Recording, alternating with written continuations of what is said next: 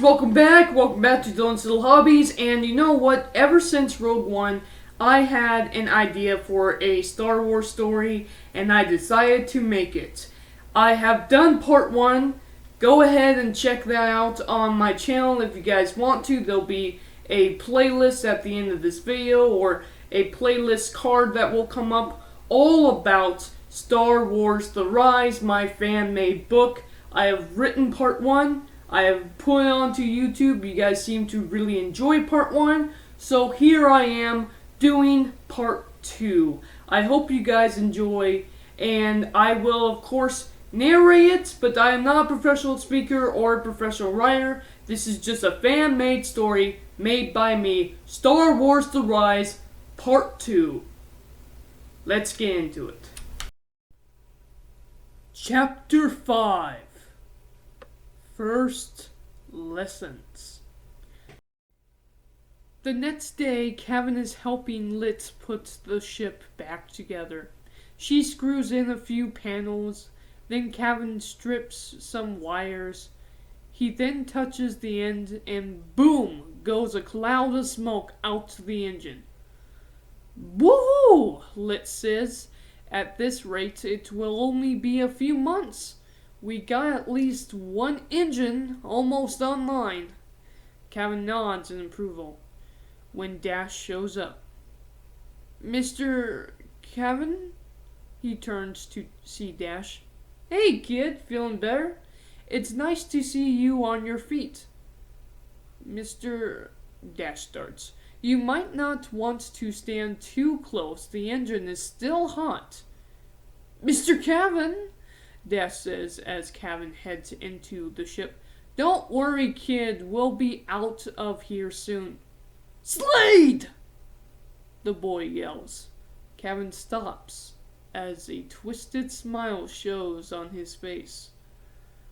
Watch your tone, boy. Dash falls to his knees.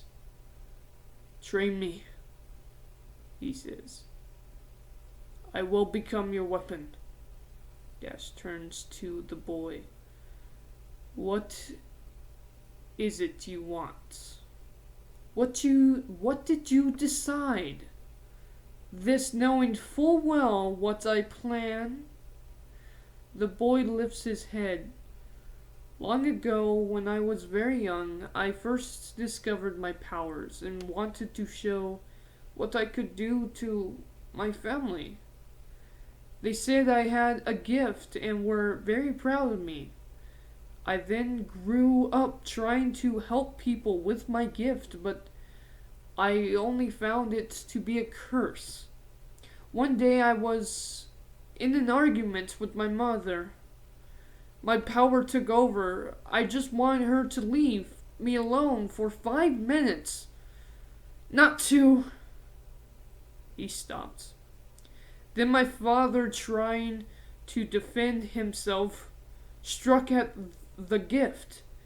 It took him too. I was not the old man's grandson. He was just the elder in charge of the tree. He was the only other one with a gift like mine. I wanted to... him, hoping he could keep the gift from ever... He stopped again. I rarely came back to the village for fear of my gift taking more. It's not a gift, it's a curse. Now he's gone. I want my people safe. If you think you can use my gift, then by all means. Kaven laughed. Kneel before me, he said. Kaven bowed his head. I said kneel, not bow. He looked up towards Kaven. You are not a slave, but an ally. Kneel, one leg. Dash then fixed his position. Kaven took out his sword. From this moment on, you are my student, he said as he rested the blade on Dash's forehead. Rise, boy. Dash stood up as Kaven walked away. Follow me. Your first lessons starts now. Dash did so as the Azevrath started to follow. No, that creature must stay. Bo, Dash said. What? Kaven asked. You told me to name it. It's Bo, after Grandpa. Kaven turned away. Then Bo must stay here. Dash grabbed a few leaves from a tree, then tied Bo to it. Here, Bo, stay here and eat. I'll be right back. Dash followed Kaven. No, he followed Slade up a tall hill just outside of the village. Slade took a big breath. Here's a good spot. Dash looked around. What are we doing here, Master? He asked. Slade turned around. Can you feel it? Feel what? Dash asked. Take a big breath and listen. Hear that? Dash does so and just feels the air and the wind. I just feel air. No. Look harder. You keep calling it your gift, but it's not. Feel it around you. What do you see, kid? He looks around. Plants? Animals? The air? Yes. You see life. Every single cell of life generates a field of unimaginable energy. We all use it to live, but it's not just inside us. From your core, it spreads out in waves. It surrounds us and meets other waves. The energy spreads throughout the cosmos. It keeps all in balance.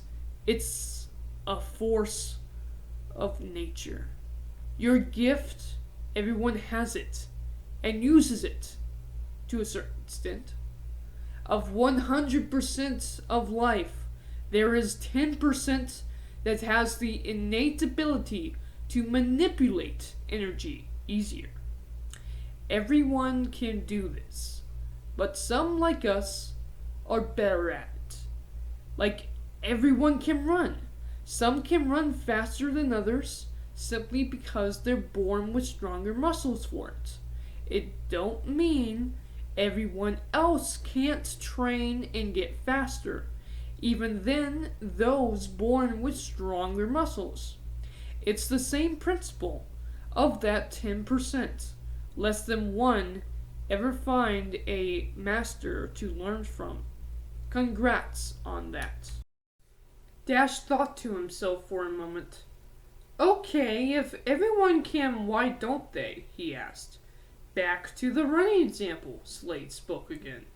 When you run at full speed, you use up the energy in your body and tire out. Some, like us in this example, our muscles are able to deal with the strain and run longer. Using the force in such a way to the average person would put so much strain they would probably die. But it's not muscles that strains. It's the mind. It's all about mind over matter. But if you use the mind so much, you can even strain the body. This is why many don't have our abilities. They can't fathom the mind over the matter. Simply put, anything is possible. You are capable of anything as soon as you train your mind to do it. Still, here's your problem. The force is not good or bad. It is a tool to be used. It depends on how you use it. We all have good and bad. The brighter the light, the darker the shadow. It's the shadow where our true colors appear. Slade turns to Dash. You're very bright, a happy little light. You don't want to show your true colors, for fear you can't control them. You hope by becoming my tool, I'll control them for you. But I won't. Only you can do it. To do so, you must accept your true self, and instead of fearing it, use it to do good. How? Dash asked. Simple. You keep saying the gift killed your family, but it wasn't. It was you. Dash is taken back by this. You told me yourself you wanted your mother to leave you alone, and your father, defending himself, struck at you. As you were out of control, your power raged out and did what you wanted, even if you didn't want it to go down that way. No! Dash said, no! I never meant to. Yes, you didn't mean to. Of course you didn't mean to. But in a fit of rage, you couldn't control your own strength. You killed them. Kaven yelled to Dash. You killed them! No! He yelled back. You nearly destroyed the villagers. If it weren't for me, you destroyed the tree. No! Dash yelled again. You're a liability to everyone, a danger, even to me. Enough! Dash yelled as a shock wave of power emerged. Kaven put out his hand and caught the wave. He then forced it up. Dash then fell to his knees in tears. Alright, and I hope you guys liked the chapter. Here you can watch part 1 as well as the entire series. And here you can subscribe to me as well as watch my latest video. Thank you guys for watching, and I am out. Bye.